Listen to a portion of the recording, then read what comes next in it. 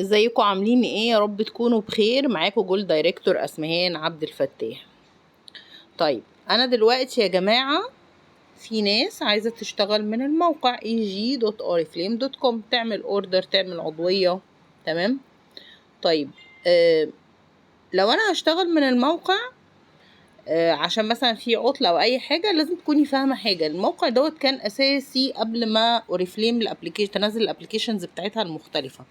يعني كنا بنعمل منه كل حاجة، بنسجل عضوية، بنعمل اوردر، بنطلع ريبورتات، بنعرف كل حاجة، بنفعل عضوية، وهو مازال في كل ال يعني الحاجات دي تقدري تعمليها واكتر كمان، لان هما من وقت للتاني بيطوروا فيه.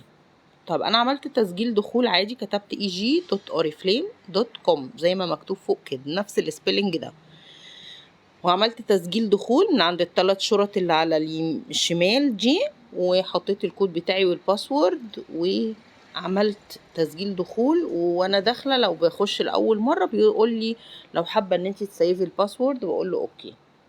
دخلت بالشكل ده. هعمل ايه بقى؟ انا النهارده هشرح بس حاجه واحده، وبعد كده هشرح، يعني هخلي كل فيديو لحاجه علشان يكون الفيديو قصير.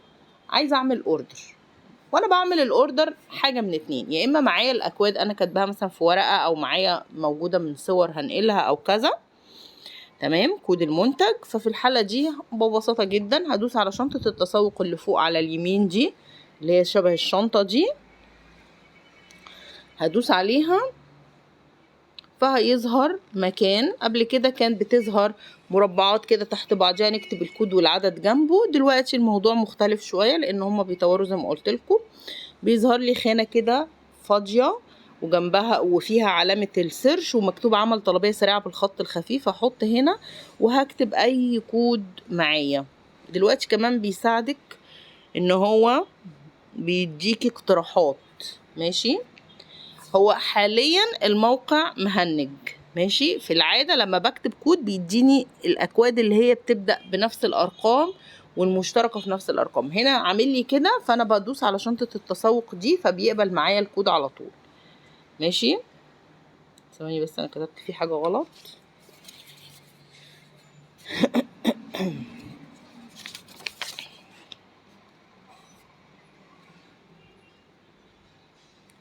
أربعة تلاتة تسعة اتنين ستة. تمام. اهو بيحمل كده زي ما انتوا شايفين، فبختار المنتج. تمام. ونفس الشيء بزود العدد من علامة الزائد دي. لو مسموح لي ازود العدد بيزود معايا، لو مش مسموح بتبصي تلاقي نزلك تحت نفس المنتج بخط خفيف، فتعرفي كده ان اللي تحت دوت خلاص مش مسموح لك بيه، واللي فوق هو الماكسيمم او العدد المسموح بيه اقصى حاجة. تمام. طيب هنجرب كود كمان. تندر كير مثلا 12760 اهو، 12760. تمام.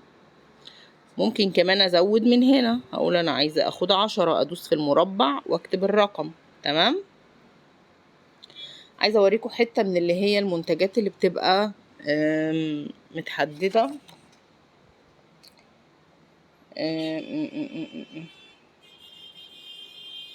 مفيش حاجة حضراني دلوقتي. شوف الاقتراحات اللي تحت دي، لو في حاجة من الاقتراحات اللي تحت دي عجباكي بتضيفيها كمان من شنطة التسوق دي، بتدوسي عليها. تمام.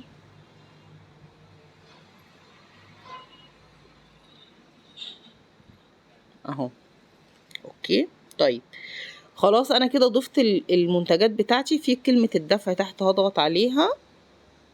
لو في عروض عندك ويب اوفر، او عرض هدايا، او هيظهر لك في الحتة دي وتختاري منها. وبعدين استمرار التوصيل. تمام. هتختاري من هنا العنوان اهو، تختاري عنوان من العناوين، او لو هتضيفي عنوان جديد هتضيفيه من هنا، عنوان التوصيل الجديد. تمام. هتكتبي هنا المحافظة مثلا كايرو. وابدأ احط العنوان في الخطين الحمر دول. تمام. وبعدين هيظهر لي حاجة، هيظهر لي كده خانة السيف، فابدأ اسيف العنوان. تمام. والخانة اللي جنبها مربع دي بيقولك هل انت عايزة تستخدميه كبرايمري ادرس، يعني يكون هو العنوان الاساسي، فمش هعلم فيها. ماشي، ده مجرد عنوان بضيفه. حلو كده. خلصت انا، خلاص انا هختار عنوان من اللي موجودين. هيظهر عندي في المربع خلاص الموف دوت او المستطيل الموف ده، احنا عرفنا ان هو المكان اللي بنختار منه ايه، بنختار منه منتج بديل الشحن. هختار التندر وهدوس على اشتري المنتج واحصل على التوصيل المجاني. تمام. يبقى انا كده خدت الاوردر بتاعي. طب عايزه اراجع الاوردر، هدوس على شنطه التسوق تاني. تمام. هيظهر لي بقى الاوردر بتاعي اهو، الكريم والتندر والاكتيفيل، وتحت اهو بلسم تندر اللي هو بديل الشحن. خلاص همشي كل الخطوات بتاعتي. وعند حتة الدفع هختار مثلا الدفع عند الاستلام او الدفع بالفيزا، وهدوس استمرار. وخلاص كده هقفل الاوردر بتاعي من تحت من هنا من عند كلمة انهاء. تمام. دي طريقة. طيب طريقة تانية، لو انا مش معايا الاكواد وعايزة اتصفح الكتالوج، هدوس على الثلاث شرط اللي على الشمال دول. تمام. هيظهر هنا معايا الكتالوج بتاع شهر 9.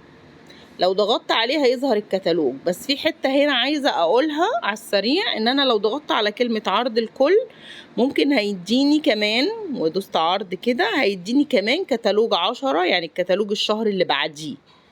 اتفقنا؟ فانا ممكن يديني كتالوج الشهر ده، وممكن يديني كمان كتالوج الشهر الجديد. طيب انا هنا ضغطت على كتالوج 9 فظهر لي الكتالوج كده. ممكن بقى اتصفحه كده، افره كده، احود الصفح، او ادوس على المربعات دي ويظهر لي كده الكتالوج مفرود قدامي. اختار اي صفحة انا عايزاها، والمنتج كل منتج بيظهر جنبه زي شنطة كده، بدوس عليها بيظهر لي المنتج، وبيبدأ يظهر لي بسعر العضوية ان هو 245. فبدوس على كلمة اشتري، فبيتضاف على طول للايه الشنطة بتاعتي. هندوس على الاكس عشان نخفي الصورة دي، وندوس على الشنطة اللي فوق دي عشان نتأكد ان الشامبو اتضاف اهو للطلبية. يبقى انا ممكن يا اما معايا اكواد بضيفها، يا اما انا بتصفح الكتالوج بالطريقة اللي انا شاورت لكم عليها دي، وبختار من الكتالوج بختار من الكتالوج اللي انا عايزاه. تعالوا نجرب نضيف منتج تاني كده من الكتالوج.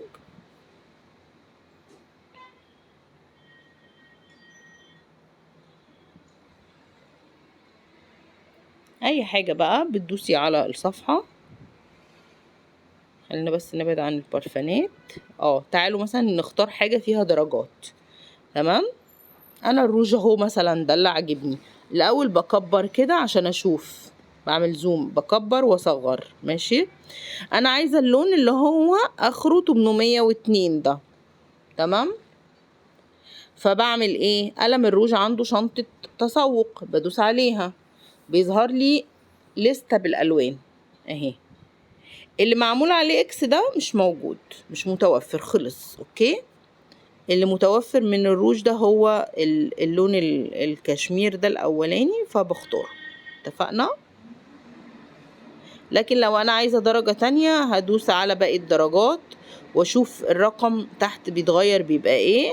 اهو 802 اللي انا كنت عايزاه، بس مكتوب عليه سولد اوت بالاحمر، يعني خلصان. تمام. يلا بالتوفيق.